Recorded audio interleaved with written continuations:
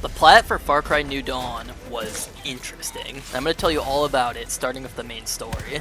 But if you don't want any spoilers, you can skip to the time shown on the screen using the timestamps down below. 17 years after the nuke set off during Far Cry 5, people are trying to rebuild. And a group who's very good at rebuilding settlements is traveling across the west coast on a train helping people. But the highwaymen, led by Mickey and Lou, the twins, ambush the train, taking everyone out except us and Thomas Rush. Rush gets captured by the highwaymen, but we escape after getting pushed off a cliff and surviving. This is where Carmina Rye finds us, and she brings us back to a nearby settlement known as Prosperity, run by her mother. After we get our footing and fight back against the highwaymen a little, we go to rescue Nick Rye, Carmina's dad, and Rush. They suggest we team up with New Eden, the remnants of Joseph's cult, to fight back against the highwaymen. Upon arriving at their base, we see they are being run by Joseph's son, and they agree to help us after we do some tasks for them. We end up finding Joseph, and he gives us some supernatural abilities, and we bring him back to New Eden's base. The highwaymen then attack our base, and we hold them off, but they recapture Rush.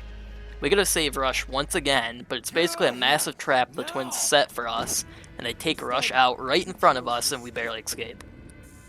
We then infiltrate the highwaymen by posing as one of them and entering a gladiatorial event they're holding where the winner gets a private dinner with their leaders. After we win, we learn during the dinner that Joseph's son is betraying him.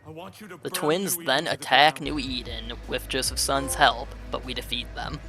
Joseph's son then tries to get the same powers we got, but isn't strong enough to control them and turns into a monster. Joseph wants us to take his son out, so we do so. He then asks us to decide his fate as he feels everything that's happened is because of him, which it kinda is. And after we make our decision, the credits roll.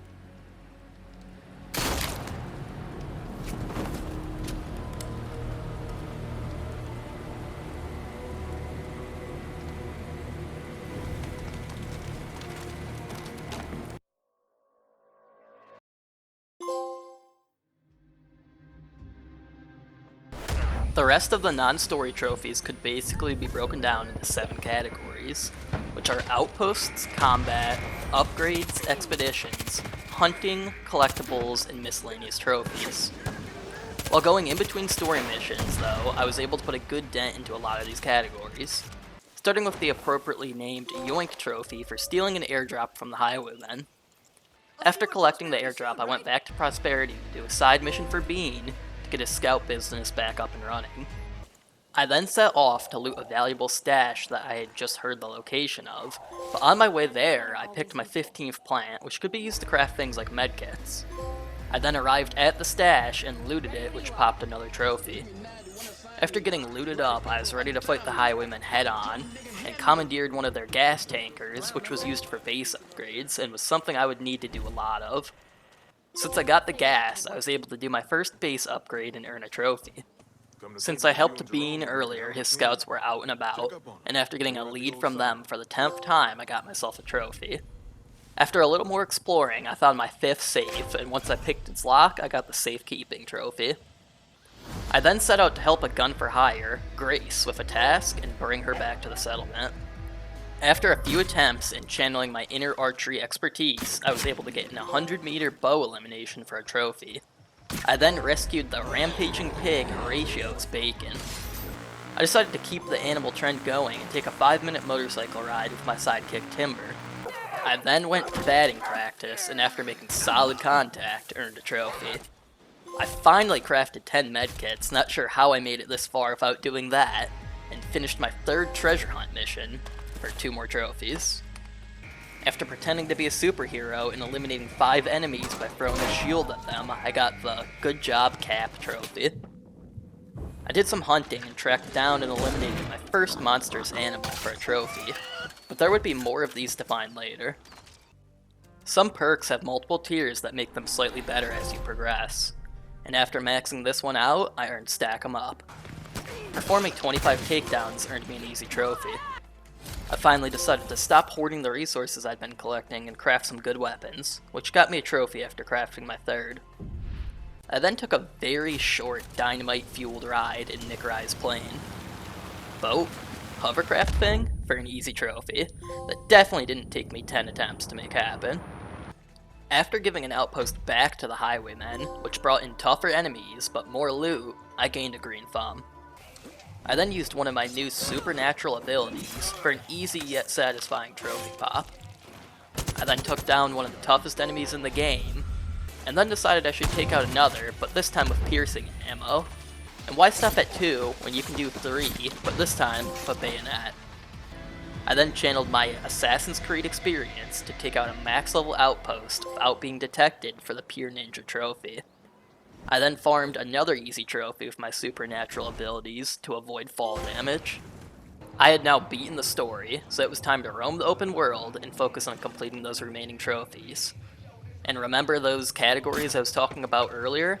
At this point, I would need to get 2 combat-related trophies, 2 trophies tied to upgrades, clear out the rest of the max level outposts, 2 hunting-related trophies, 2 fishing trophies, 2 collectible trophies, a miscellaneous trophy, and 4 expedition trophies, which I hadn't touched yet, and a crafting trophy to craft a legendary weapon, which I knocked out quick since I had the resources, and this made the game much easier.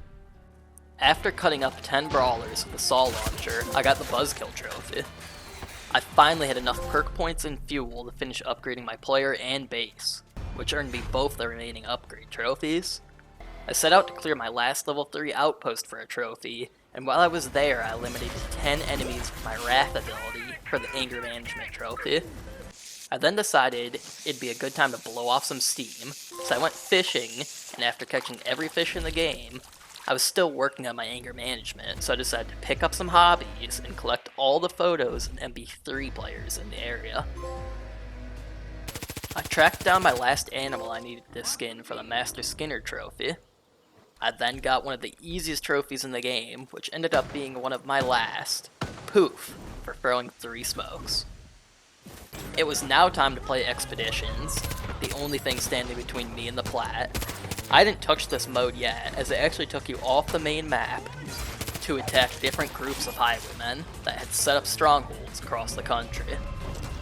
There was 7 different expeditions, which took about 15 minutes apiece, but we would have to beat all 7 3 times. This was going to be a bit of a grind. I teamed up with my co-op partner, and shortly after hopping in, we got the trophies for completing our first expedition, our 3rd expedition with a partner, and a trophy for finding an Easter egg, which was Sam Fisher's outfit. These expeditions were much more difficult than the base game, as there seemed to be endless enemies, but after a few sessions we got through the grind, and earned the Hit the Road trophy for completing all 7 expeditions 3 times, and finally, the Conqueror Platinum trophy. Thanks for watching, and hit that subscribe button to stick around for more trophy hunting content, because there will be a lot more coming out from me soon. Drop a like to support the channel, and don't forget to comment letting me know what you thought of this video.